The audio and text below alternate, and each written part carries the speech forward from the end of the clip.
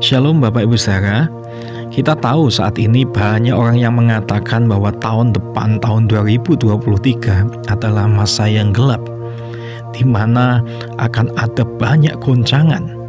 Nah, tahun ini adalah masa peralihan dari masa yang sedang kita hadapi menuju masa baru yang katanya akan begitu sulit.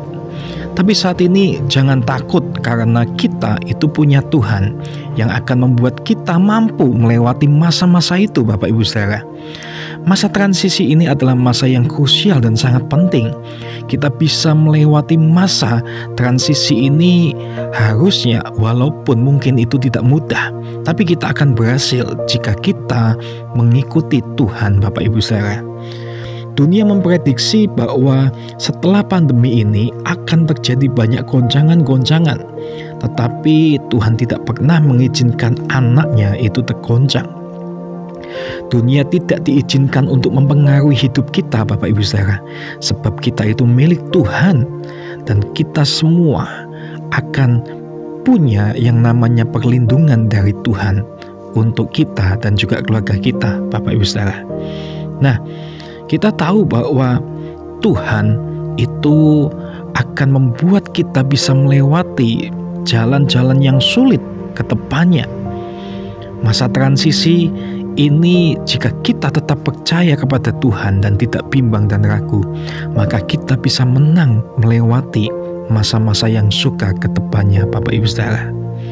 Nah, kita akan melihat saat ini di dalam Lukas pasal 4 ayat 1-3. Pencobaan di padang gurun. Yesus yang penuh dengan Roh Kudus kembali dari sungai Yordan, lalu dibawa oleh Roh Kudus ke padang gurun. Di situ ia tinggal 40 hari lamanya dan dicobai iblis. Selama di situ ia tidak makan apa-apa, dan sesudah waktu itu ia lapar. Lalu berkatalah iblis kepadanya, "Jika engkau anak Allah, suruhlah batu ini menjadi roti." Jawab Yesus kepadanya, "Ada tertulis, manusia hidup bukan dari roti saja." Nah, di dalam ayat ini kita tahu bahwa Yesus itu sedang dicobai oleh iblis banyak 3 kali. Dan Yesus menang atas cobaan itu. Yesus saat itu usianya sekitar 30 tahun. Dan dia melewati masa transisi yang berat, tapi dia berkemenangan. Memang sebenarnya tidak banyak cerita tentang Yesus pada saat muda. Hanya ada saat Yesus itu usia 12 tahun dan dia didapati hilang waktu itu, namun ia ternyata berbicara tanya jawab dengan para ahli Taurat dan orang-orang Farisi. Tapi Yesus sangat pintar sekali dan bisa menjawab setiap pertanyaan-pertanyaan dari ahli-ahli Taurat dan orang-orang Farisi tersebut. Dan kalau kita tahu, Bapak Ibu Saudara, masa transisi 40 hari di padang gurun itu dilewati dengan 3 pencobaan yang datang dari iblis. Nah, di antaranya adalah pencobaan untuk mengubah batu menjadi roti. Dan dia juga disuruh untuk menjatuhkan diri, dan kemudian dia disuruh untuk menyembah iblis dengan diiming-imingi kerajaan dunia. Tapi Yesus kuat dan menang atas pencobaan itu, karena ada firman Tuhan yang hidup di dalam diri Yesus. Nah, jika Yesus hari itu gagal dalam 1 cobaan saja, maka semuanya akan gagal sama sekali dan iblis itu yang akan menang. Nah, kita semua itu masih butuh dan juga harus banyak yang namanya makan firman Tuhan, agar roh yang ada di dalam kita itu semakin kuat, Bapak Ibu Saudara, agar kita bisa punya keputusan-keputusan yang kuat untuk kita benar-benar mengikut Tuhan Yesus dengan kuat. Nah, Tuhan memiliki keputusan yang kuat supaya ia tidak terjatuh dalam pencobaan. Begitu pula dengan kita. Kita itu harus memiliki keputusan yang kuat untuk memutuskan yang penting agar tidak masuk dan jatuh dalam pencobaan. Nah, kita itu pikul salib dan sangkal diri atau daging kita jika kita memang serius mau mengikut Tuhan, karena itu syaratnya. Memang ikut Tuhan itu banyak resikonya, tetapi endingnya dahsyat dan luar biasa. Kita akan masuk dalam kekekalan dan kita akan bersama-sama Tuhan Yesus selama-lamanya. Bapak Ibu Saudara, banyak kerikil di dalam mengikut Tuhan. tidak nyaman jika kita itu mungkin saat ini hanya suka tentang khotbah berkat jasmani, terutama uang. Jadi saat ini hati-hatilah Bapak Ibu Saudara, ikut Tuhan itu ada didikan, teguran, hajaran sebagai pembelajaran yang dibutuhkan. Karena begitu sayangnya Tuhan atas kita Bapak Ibu. Nah, kalau kita saat ini datang ke gereja, datanglah ke gereja untuk bertemu dengan Tuhan, miliki hubungan yang baik di dalam diri kita. Jangan hanya datang gereja cuma untuk mungkin ketemu atau kumpul-kumpul saja, atau mungkin sebagai kewajiban, tetapi benar-benar hati kita ingin ketemu dengan Tuhan Bapak Ibu Saudara. Nah, kita juga mau lihat di dalam Matius 26 ayat 39 sampai 42. Maka ia maju sedikit, lalu sujud dan berdoa, katanya, "Ya Bapakku, jikalau sekiranya mungkin, biarlah cawan ini lalu daripadaku. Tetapi janganlah seperti yang kukehendaki, melainkan seperti yang Engkau kehendaki." Setelah itu, ia kembali kepada murid-muridnya itu dan mendapati mereka sedang tidur. Dan ia berkata kepada Petrus, "Tidakkah kamu sanggup berjaga-jaga 1 jam dengan aku? Berjaga-jagalah dan berdoalah, supaya kamu jangan jatuh ke dalam pencobaan. Roh memang penurut, tetapi daging lemah." Lalu ia pergi untuk kedua kalinya dan berdoa, katanya, "Ya Bapakku, jikalau cawan ini tidak mungkin lalu, kecuali apabila aku meminumnya, jadilah kehendak-Mu." Nah, di saat Yesus berdoa di Taman Getsemani itu adalah masa kritis yang sangat mengerikan. Nyaris saja Yesus gagal, tetapi bersyukur Yesus menang. Roh Kudus yang ada di dalamnya menuntun untuk berlaku benar. Sebab kita tahu bahwa di dalam kemanusiaannya, Yesus adalah juga manusia sejati. Yesus itu mengalami masa transisi beberapa kali Bapak Ibu Saudara. Yang pertama, ketika dilahirkan, setan ingin mematikan Yesus. Makanya pada waktu itu terjadi pembunuhan anak-anak kecil. Nah, yang kedua, setelah puasa 40 hari, ia dicobai 3 kali. Setan ingin menjatuhkan Yesus.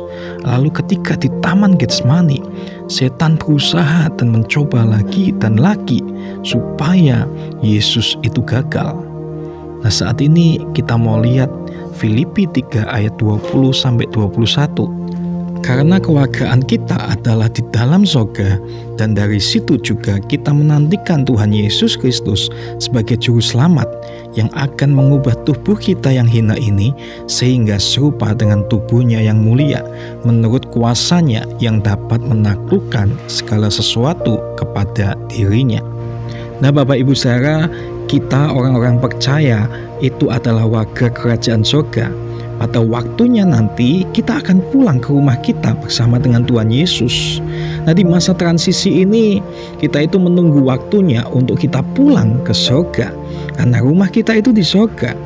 Hari-hari ini kita harus melepaskan diri dari segala ikatan-ikatan dari dunia ini Bapak Ibu Saudara. Nah, ini adalah syarat untuk kita untuk bisa diangkat di awan-awan. Jangan cinta dunia, hati jangan melekat dengan dunia ini. Lepaskan semua perkara duniawi, pasti ada hasilnya. Kita akan diangkat di awan-awan jika Tuhan sewaktu-waktu datang, Bapak Ibu Saudara. Nah, sekarang ini kita sedang masuk masa transisi. Dari masa pandemi, kita tidak tahu kapan akan berakhirnya masa-masa kegelapan ke depannya itu. Hanya Tuhan yang bisa menentukan. Jangan takut, bangun hubungan yang baik dan semakin dekat dengan Tuhan, sebab ujungnya adalah kemenangan. Di dalam 2 Petrus 3 ayat 10-12 dikatakan, "Tetapi hari Tuhan akan tiba seperti pencuri. Pada hari itu langit akan lenyap dengan gemuruh yang dahsyat, dan unsur-unsur dunia akan hangus dalam nyala api, dan bumi dan segala yang ada di atasnya akan hilang lenyap. Jadi, jika segala sesuatu ini akan hancur secara demikian, betapa suci dan salehnya kamu harus hidup, yaitu kamu yang menantikan dan mempercepat kedatangan hari Allah. Pada hari itu, langit akan binasa, dalam api dan unsur-unsur dunia akan hancur karena nyalanya. Nah, Bapak Ibu Saudara, saat ini hiduplah dengan kekudusan dan saleh, supaya ketika waktu pengangkatan tiba, kita ikut di dalamnya. Hidup kudus artinya itu dipisahkan dari dunia. Hidup saleh artinya berada di dalam koridor kebenaran. Nah, sebagai sebuah ilustrasi, saya teringat dengan kepiting yang sedang ganti kulit atau cangkang. Kepiting itu mengalami masa meninggalkan atau mengganti cangkangnya setiap 40 hari. Padahal cangkangnya itu adalah alat perlindungan baginya. Saat keluar dari cangkangnya, itu masa transisi yang amat mengerikan. Bisa jadi ancaman dari ikan buas atau binatang yang lainnya melahap, karena tanpa cangkangnya kepiting itu menjadi lembut yang disebut kepiting soka atau lemburi. Nah, itulah proses untuk kita bisa bertumbuh menjadi semakin kuat dan besar dan berat. Proses keluarnya kepiting dari cangkang itu disebut molting. Di saat kepiting berukuran 10 cm panjangnya, dia lepaskan cangkangnya agar bisa menjadi 15 cm dan mengeras lagi ke cangkangnya. Terus memasuki masa transisi lagi. Begitulah setiap 40 hari agar semakin besar dan kuat. Selama masa transisi, kepiting akan sembunyi untuk melindungi diri dari segala ancaman, segala macam bahaya yang mengancamnya. Begitu pula dengan kita, juga sama. Kita harus masuk dan melewati masa transisi kita. Walau memang tidak enak, terasa memberatkan mungkin prosesnya, Tuhan dan firman-Nya akan menguatkan kita sehingga kita bisa melewatinya. Maka kita akan berhasil melewati masa transisi kita dan semakin dekat pada Tuhan dan makin banyak makan firman Tuhan agar roh yang ada di dalam kita itu makin kuat. Nah, saat kita mau diproses, maka Yesus memberikan semua yang bagus dalam hidup ini, Bapak Ibu Saudara. Mari jalani dan lewati masa transisi kita, maka rohnya akan menyertai kita. Kita akan mengalami semua yang ajaib bersama Dia. Lewati masa transisi ini, masa-masa ini, jangan takut untuk masuk dan melewati, karena Tuhan sudah memberikan kekuatan. Mari saat ini yang harus kita lakukan adalah mendekat kepada Tuhan dan semakin giat untuk kita mencari Dia. Dan percayalah, Tuhan akan menyertai kita, melindungi kita melalui setiap masa-masa yang ada dalam kehidupan ini, Bapak Ibu Saudara. Kita percaya kita akan melihat kemenangan di depan nanti karena Tuhan menyertai dan menguatkan kita. Terima kasih, Tuhan Yesus memberkati.